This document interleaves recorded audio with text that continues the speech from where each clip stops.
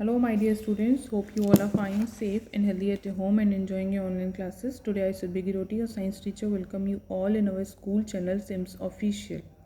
As you all know that we are discussing about the chapter 11, force and pressure. In that, now we will continue the second topic of this chapter, that forces are due to an interaction. Forces का reason क्या है, forces क्यों होते हैं, force क्यों होता है, due to interaction की वजह से. ठीक है, let us start our topic.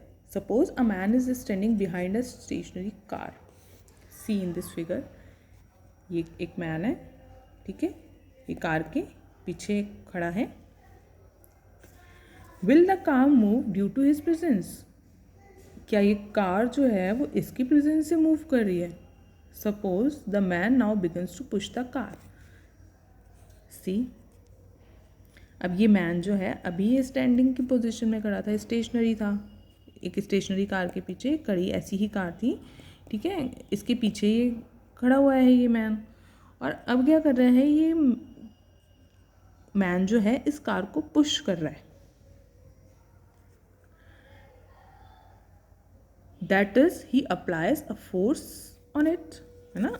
इसका मतलब क्या है, अगर ये पुश कर रहा है तो इसका मतलब ये है कि ये मैन जो है कार पे फोर्स अप्लाई कर रहा है. द कार में begin to move in the direction of applied force. अब कार किस डायरेक्शन में मूव करेगी, अब ये फोर्स अगर इस डायरेक्शन में अप्लाई कर रहा है तब कार भी इसी डायरेक्शन में ही मूव करेगी ना, या कार ऑपोजिट डायरेक्शन में मूव करने लगेगी? नहीं ना. फ्रिक्शन आपने पढ़ा है कि फ्रिक्शन का जो फोर्स होता है वो ऑपोजिट डायरेक्शन में अप्लाई होता है ना. बट जिस डायरेक्शन में ये मैन फोर्स अप्लाई कर रहा है तो कार की डायरेक्शन क्या होगी, लेफ्ट वर्ड ही होगी, है ना. लेफ्ट ही है ना, आपका तो लेफ्ट ही शो होगा आपको. Note that the man has to push the car to make it move.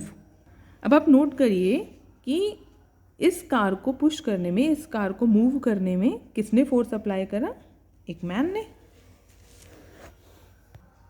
Now see figure 11.3 shows three situations that may be familiar to you. See this figure, this second figure and this third figure. ठीक है, आप in three situations को से familiar होंगे. आपने इन तीनों situations को आपने देखा होगा, नहीं देखा हो तो आप इन पिक्चर्स के थ्रू आप देखिए. Can you decide who is pulling and who is pushing in these cases? क्या आप इसमें बता सकते हैं कि कौन किसको पुश कर रहा है और कौन पुल कर रहा है?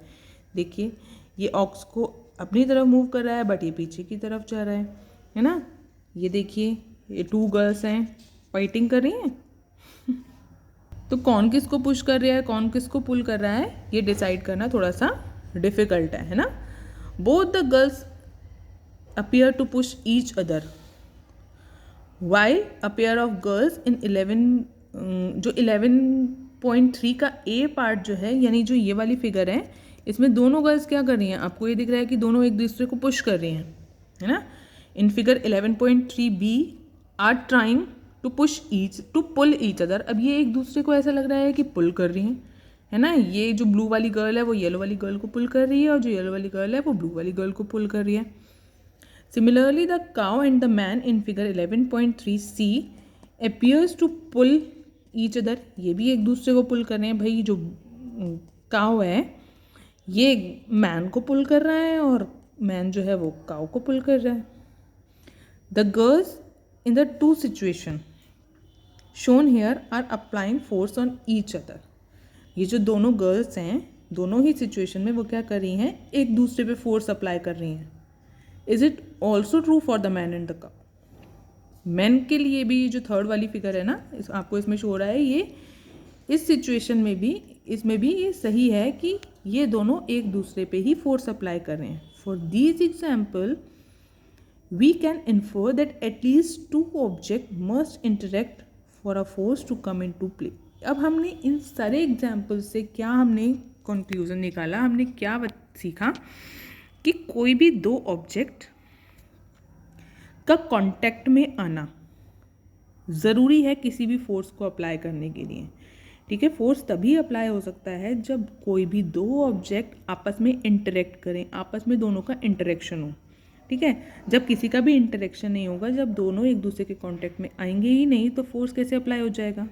Thus, an interaction of an object with another object result in a force between the two objects. इसीलिए क्या है, एक ऑब्जेक्ट का दूसरे ऑब्जेक्ट के इंटरेक्शन में आने से क्या होता है, दोनों के बीच में फोर्स अप्लाई होता है।